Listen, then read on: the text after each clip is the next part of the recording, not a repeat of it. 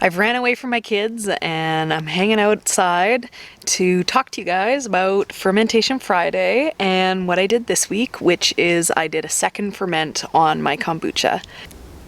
I wanted to start with something simple, so I did a ginger style second ferment kombucha. And so what I did was I basically just grated up a bunch of ginger, and then I mixed in about, for every 3 parts ginger, 1 part sugar, and then I just scooped about 2 tablespoons of that into each bottle that I have. My bottles are a little bit bigger. They're about 750 mils, 3 cups. So if you're doing a 2-cup bottle, then you want to use maybe a little bit less, but it also depends on what you like. I know that we like spicy ginger drinks around here, so I was excited to have some spice to it. It worked out okay. I'm pretty happy. I mean, the kombucha tastes amazing, and the ginger flavor I'm really happy with. We're probably going to be flavoring our kombucha with that a lot. There wasn't really very much carbonation to my kombucha, so I'm going to continue working on that. I've looked into a few tricks, and I mean, at this point, other than the fact that I'm using kind of not high quality bottles, I can't really figure out what exactly it is that I did wrong, but everything tasted good, so, you know, still drank it, still happy, but, you know, something to work on. But so stay tuned. I got my diary showing you the steps, and I did have some mistakes on it. There are some moldy bottles, and I'm going to show you what that looked like and the fact that I just dumped it out. But so, you know, join along with me.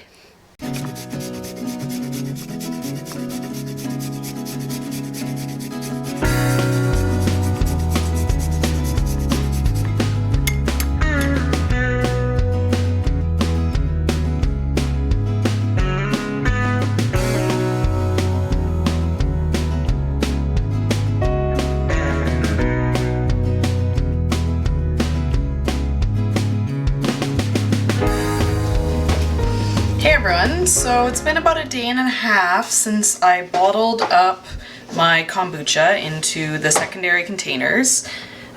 This one is from last week, and this one didn't work out, so I'm gonna show you also what's going on with this. But so they've been in here, and I've already burped them once, but you can actually see there's a little bit of bubbles up at the top.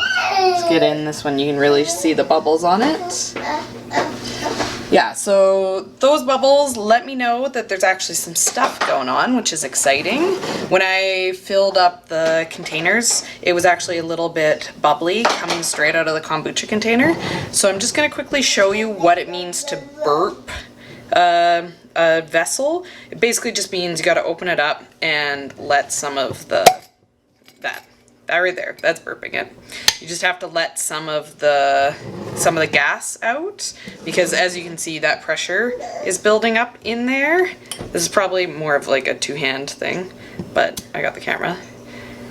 Yeah, so you just want to let that gas out so that you are not getting too much going on inside your container, and so nothing explodes, because ferments can be dangerous. No one wants to have bombs in their house.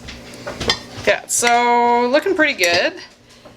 This one here has the most open area on the top, and as I kind of look in at it, looks like there's a little bit of stuff going on there that has me a little bit concerned.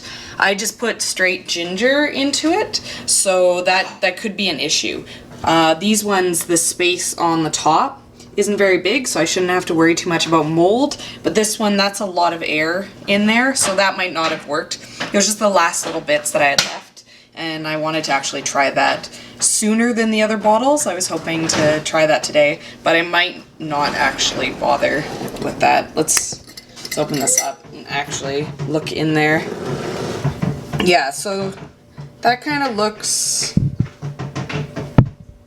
That looks like another SCOBY is forming on the top, but there's a couple dots in there, kind of down on this side, that I don't like the looks of. So I might not bother with this, but this like as you saw when I burped it, it actually did get a lot of carbonation inside this bottle, and my thinking was that we could just, you know, drink it straight out of here too. So this is kind of the same idea as doing it in a mason jar, which seems like it would work okay, though they say that because they're not designed for the pressure, they're not necessarily the best idea. But yeah, so that's so far. I mean, these are definitely getting gassy, so they might be at the point here that I could actually put them into the fridge, even though it's only been a short amount of time. Like I said, when I took out my kombucha, it was actually pretty bubbly to start with, so my house is pretty hot. We keep it at 80 in here, and that might just be giving me a bit of an advantage over some other houses for it. Yeah, so pretty excited. So far it's looking pretty good in the 3 main bottles, and there will obviously have to be a taste test coming up soon. This is one of the jars that I filled up. I was hoping to use this in the first couple days, but it actually got some spots on it that looked pretty moldy. It has a lot of open space in it, and there's ginger bits and everything floating on the top, so I think that's what's responsible for it. But it's pretty funny. You can see, so this is day 3.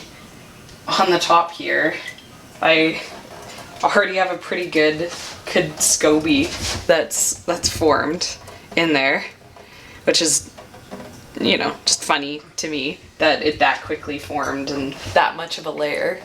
Yeah, so because there's a few spots on that SCOBY that look kind of moldy, there is a bit of a darker spot on this too, like mold. I am not going to be drinking that today. This here is a kombucha that I made last week, and that's the first little bit of pressure it did, but it also got some stuff on the top that just isn't looking 100% food safe. So this one I'm going to dump out too. You know, it was like my first experiment, but you can see this is over a week. This is probably 2 weeks here. And all the sediment has kind of come down. This isn't just ginger, this is also a mix of all the yeasts that are inside the kombucha. But I'm gonna pour this out. If you come into the sink here, I wanna see if it does any sort of, carbonation.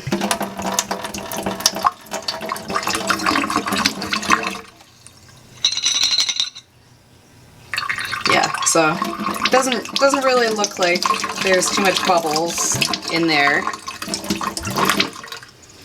It smells okay. It smells a little bit boozy, this one, because I did add sugar into this as well. So, you know, that was a fine first experiment. But I have one in the fridge that I'm pretty sure is going to be good. Okay, so here is the kombucha that I stuck in the fridge yesterday. It looks like it has that little bit of a gel layer on the top. When I looked up about it, they said that that's totally fine. It's just natural. That's what the kombucha likes to do. It likes to make more scobies. So, you know, it'll pour out when it comes out of the bottle. But this one doesn't look like it has any sort of discoloration on it. And another thing they said to do, this is my first time ever pouring it, is to do it at the sink. In case there's a lot of carbonation in there, you want to be ready so you don't make a big mess. But let's cross our fingers. I'd be excited to make a mess because that would mean I have super carbonated kombucha. Okay, not a big pop there, but we'll see. You can see this one kind of has that same sediment layer there. Smells good though.